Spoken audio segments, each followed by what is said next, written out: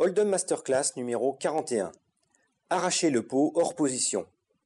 Dans le cadre des tactiques de contre-attaque, nous allons voir un coup où le joueur qui touche un flop favorable et menaçant pour l'adversaire utilise cette menace pour contre-attaquer à tapis. Contre-attaquer consiste à relancer ou surrelancer de manière à impressionner l'adversaire à la manière d'un joueur de tennis qui renvoie la balle 2 fois plus fort. Nous nous trouvons à Las Vegas en mai 2004 pendant les championnats du monde WSOP. Le niveau des blindes est de 1500-3000, les tapis sont disparates et en ce deuxième jour des combats, les joueurs les moins expérimentés ont été presque tous éliminés. Nous jouons à la place d'un champion américain qui a déjà gagné le championnat du monde WSOP en 2000. Il s'agit de Chris Ferguson, dont l'apparence barbue l'a fait surnommer Jésus. Nous n'avons que le 5e tapis de la table sur 9 joueurs, mais notre image est à la fois agressive et serrée, ce qui nous permet de gagner presque tous nos bluffs. Nous sommes assis en position de surblinde avec la main 10-7 dépareillée. C'est une main franchement médiocre. Comme vous le constatez vous-même, elle est classée seulement 114e sur les 169 mains possibles.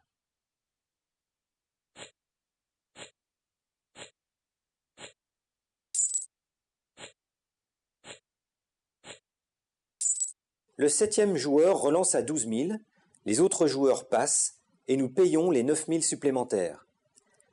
Payer est évidemment discutable avec une main aussi faible. Mais 4 arguments justifient cette action. 1. Notre main est faible, mais on n'en est pas moins connecté. 2.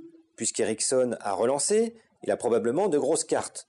Cela augmente notre probabilité de toucher au moins une paire au flop. 3. Comme nous sommes derniers à parler, nous ne craignons pas d'être relancés ensuite. En payant, nous nous garantissons de finir le coup en tête-à-tête.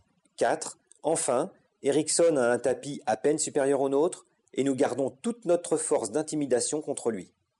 Le pot contient 28 200. Le flop est valet 8-7 dont 2 carreaux. Flop technique puisque bicolore et en plus il comporte 3 cartes incluses dans la même quinte. C'est typiquement un flop dangereux. Pour notre main, c'est un flop avec certains espoirs puisqu'il nous donne la 3e paire et le tirage à quinte ventrale. C'est peu de choses finalement, mais d'un autre côté, ce flop est menaçant pour l'adversaire au regard des mains probables qu'il peut posséder.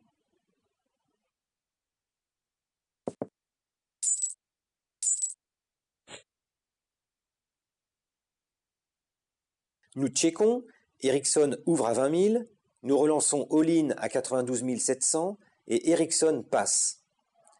Nous décidons de checker, chose normale car nous laissons l'avantage de l'attaque à l'adversaire. Il fait un continuation bet en ouvrant à 20 000 aux 2 tiers du pot. Essayons de deviner ce qu'il possède. Une grosse paire, as, dame, roi ou valet. S'il possède 2 valets, il a un branlant au flop. De grosses cartes, as, roi, as, dame, voire as, valet ou as, 10, ce qui lui donnerait alors respectivement paire max et 2e paire. Il peut aussi avoir roi, dame, ce qui ne lui donne rien, ou paire moyenne. De notre côté, nous pouvons posséder à peu près toutes les mains jouables, y compris 10-9, ce qui nous donne quinte directe. Eriksson sait que nous sommes capables d'entrer dans le coup pour 10% de notre tapis avec 19 en main. Avec notre main, nous n'avons aucun intérêt à payer l'ouverture. D'abord parce que cela ne fait pas pression sur l'adversaire, et ensuite parce que nous n'avons que 6 cartes pour nous améliorer, les 4-9 et les 2-7 restants. Voyons maintenant la contre-attaque, ce qui serait un check raise puisque nous checkons puis nous relancerions. Les cartes du flop sont moyennes, nous pouvons déjà posséder brelan, 2 paires, tirage à couleur, voire même quinte. La palette de nos mains possibles est très large et nous allons jouer sur cet avantage pour relancer. Le but est de faire passer Eriksson tout de suite, et même s'il suit, nous avons encore des cartes pour gagner, mais nous ne voulons pas en arriver là, aussi nous devons utiliser la seule relance qui ne peut pas être contre-attaquée, la relance all-in. À cet instant, le pot est de 48 000, notre tapis est presque du double, 92 000. Une relance à tapis est donc intimidante pour l'adversaire, car s'il paye et s'il perd le coup, il ne lui restera que 15 000 en cas d'échec pour poursuivre le tournoi. Notre intérêt est bien de relancer à tapis, c'est ce que nous faisons, et effectivement, Eriksson passe et nous abandonne le pot. Notre tapis passe de 102 000 à 141 000. Ce cours vous montre que la relance all-in est une contre-attaque efficace quand elle est bien utilisée. Elle semble être une grosse prise de risque ici à première vue alors qu'il n'en est rien. Voyons cela de plus près. À ce stade du tournoi, Ferguson est handicapé par un tapis moyen. Il est en chasse d'une opportunité pour augmenter, voire doubler son tapis et devenir le plus gros tapis de sa table. Dans le coup qui nous occupe, cette opportunité arrive. Il a un seul adversaire, au flop, il a un double tirage, l'adversaire ouvre à 20 000, donc il y a des jetons à gagner. Ces conditions sont suffisantes pour faire tapis. Évidemment, il y a une prise de risque car l'adversaire peut payer, mais voyons avec quelle main il pourrait payer. 1.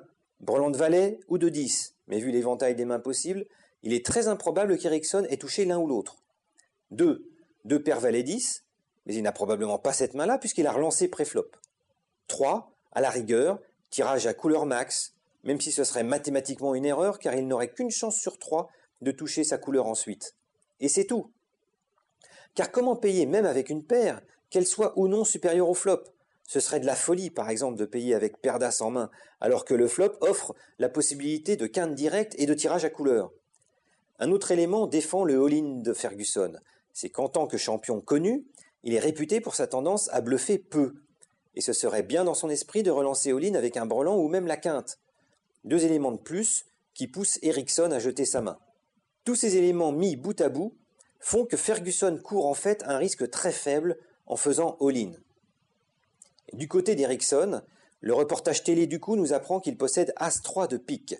Il a eu d'autant moins de difficultés à jeter sa main au flop qu'elle était devenue injouable. Mais là aussi, Ferguson peut avoir eu un indice qui lui a montré que son adversaire était faible en cartes sur ce coup, ce qui lui a donné une raison de plus de contre-attaquer à tapis. Maintenant, posez-vous une simple question. Si vous aviez été à la place du champion américain, Ferguson, est-ce que vous auriez relancé all-in?